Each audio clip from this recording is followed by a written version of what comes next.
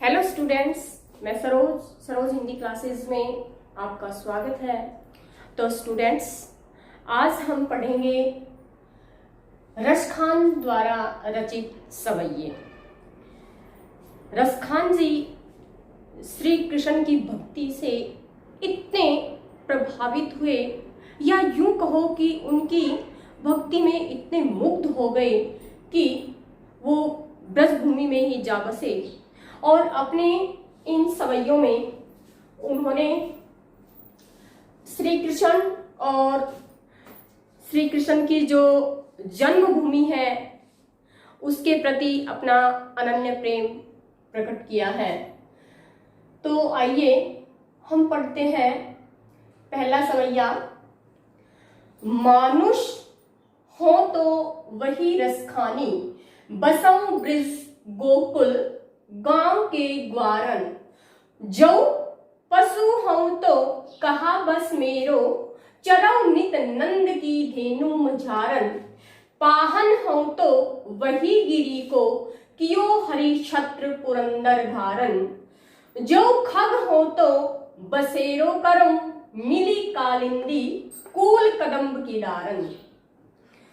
तो स्टूडेंट्स, पहले सवैये में रसखान जी ने क्या कामना की है कि हे प्रभु, अगर मुझे मनुष्य के रूप में जन्म मिले तो मैं कहां जन्म लेना चाहूंगा, पशु के रूप में अगर मेरा जन्म हो तो मेरे को कहां जन्म मिले, वो कहां जाऊं मैं, और पत्थर के रूप में और पक्षी के रूप में जन्म लेकर वो कहां बसना चाहते हैं।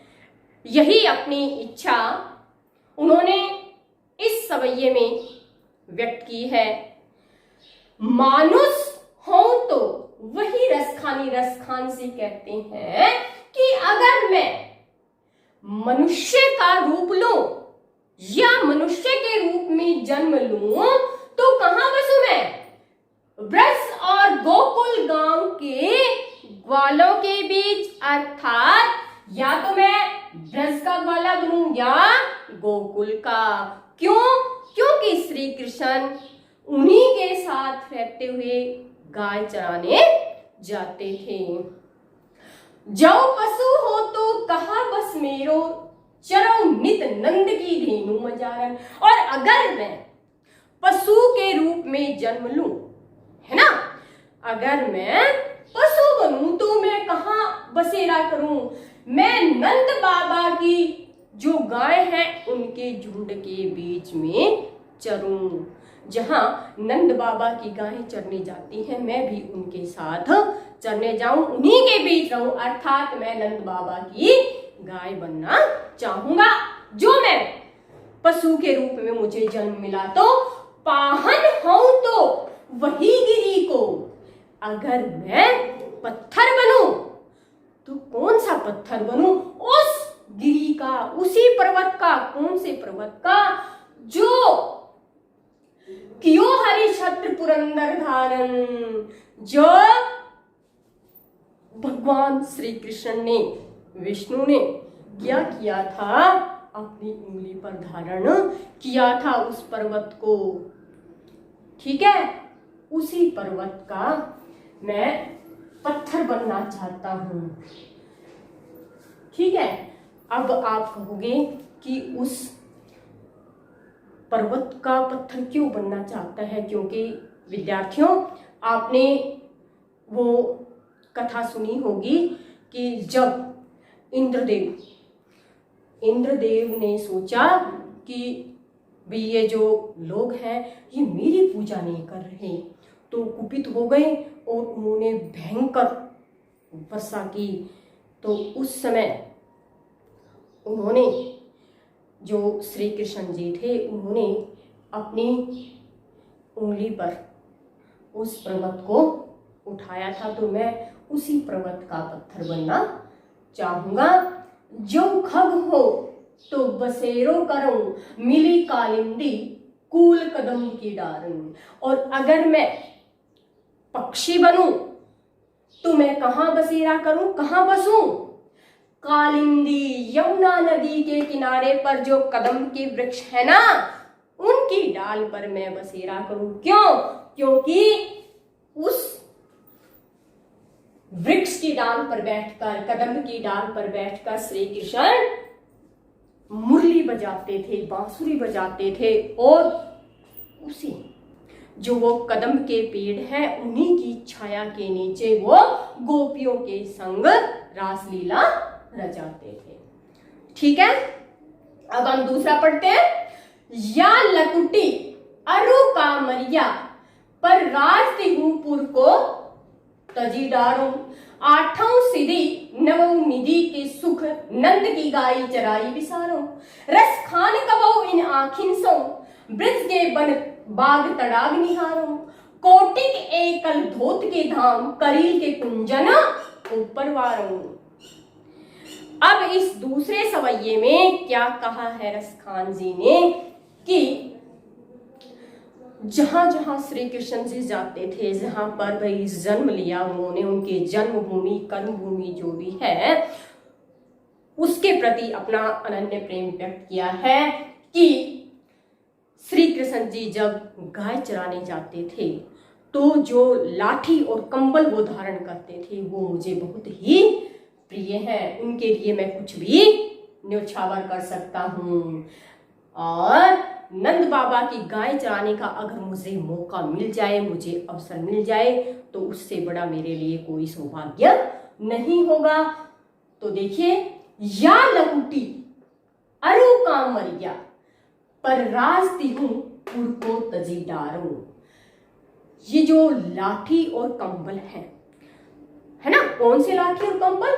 जिनको श्री कृष्ण जी गाय चराते वक्त धारण करते थे, उनको अपने संग रखते थे, तो उन पर मैं तीनों लोकों के राज को न्योछावर कर सकता हूं। अर्थात मुझे तीनों लोकों का राज भी इतना प्रिय नहीं है जितनी ये लाठी और कंबल है जो श्री कृष्ण जी अपने पास रखते थे। आठों सिद्धि नौ निधि के सुख में आठों सिद्धियां और नौ निधियों के सुख को भी न्योछावर कर सकता हूं, मैं उनको भी वार सकता हूं। किस पर?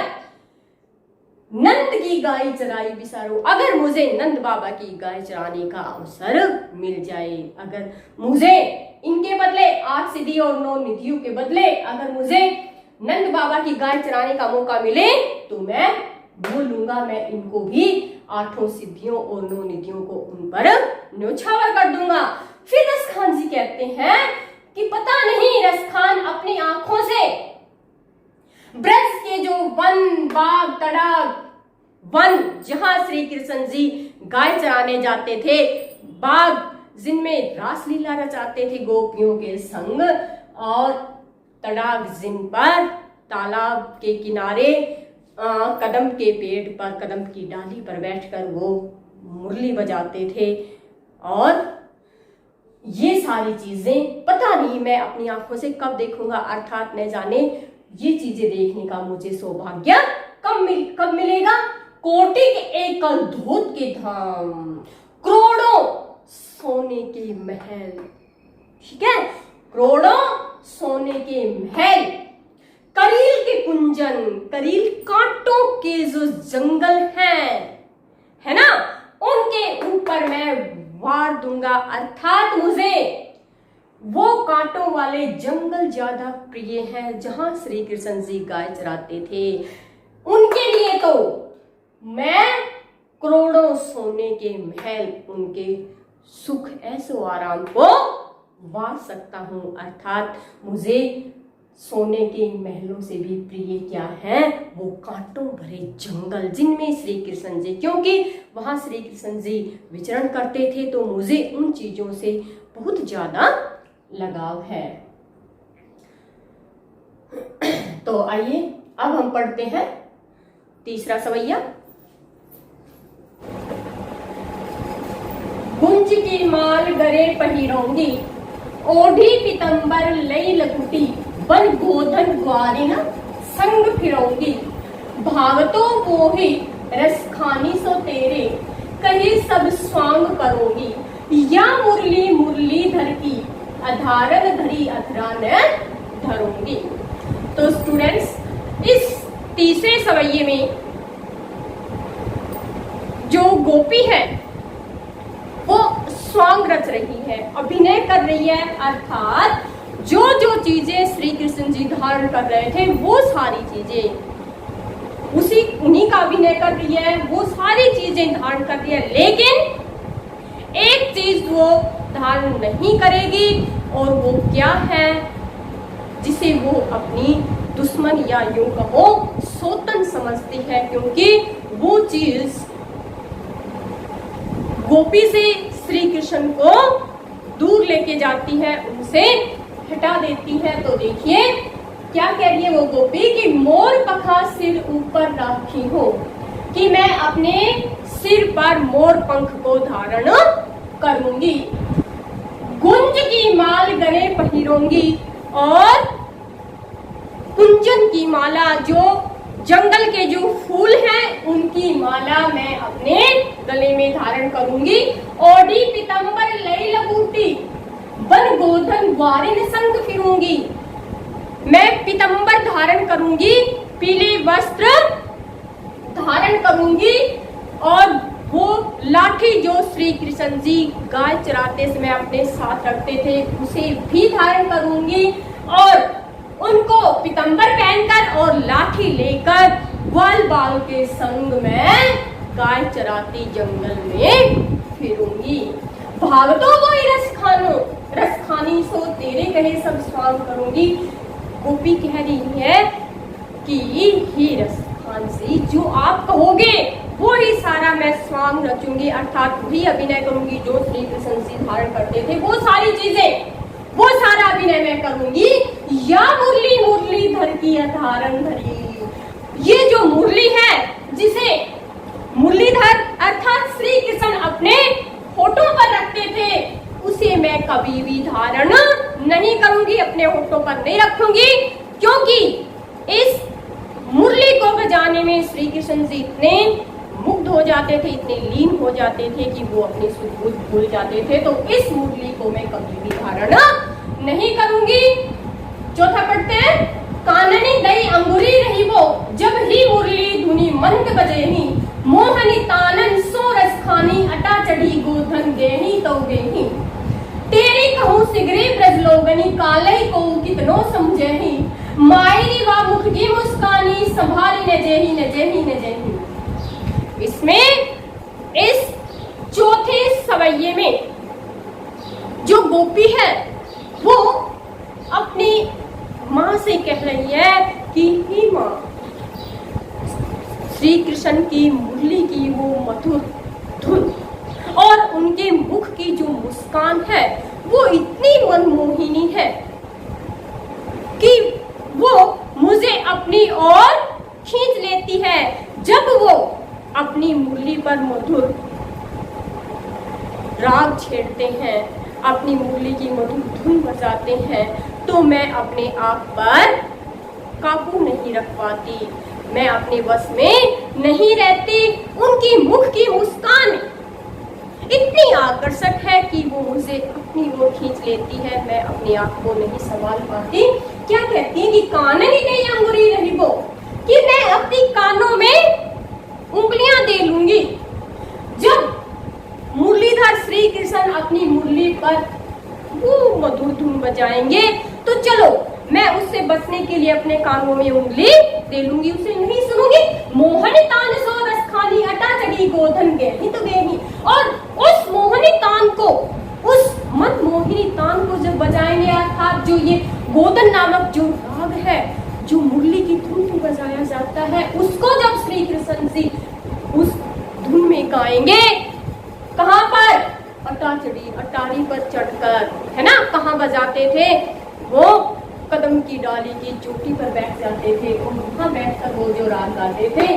तो उससे भी मैं बचाऊंगी, तेरी कहूँ सिगरेट ब्रज लोगनी, मैं टेर लगाकर यानी जोर से सभी को कह रही, सारे ब्रज के लोगों को कह रही हूँ, जोर से टेर लगाकर कह रही हूँ कि कल को कोई मुझे कितना भी समझाए, मुझे कितना भी समझाए, मायरे माँ मुख की मुस्कानी थी, माँ उनके मुख की जो मुस्कान है वो इतनी मनमोहिनी है कि उसके आगे मैं अपने आप को संभाल नहीं पाऊंगी, अर्थात उनकी तरफ मैं खींची चली जाऊंगी। तो इसमें क्या बताया है गोपी ने कि जो श्री कृष्ण जी की मुरली की मधुर धुन है और उनके मुख की जो मुस्कान है, उसके आगे मैं अपने आप को संभाल नहीं पाती, अर्थात उनकी तरफ खींची चली जाती हूँ। तो स्टूडेंट्स, ये रस खान जी के 4 सवैये थे। आई होप आप सभी को समझ गए होंगे।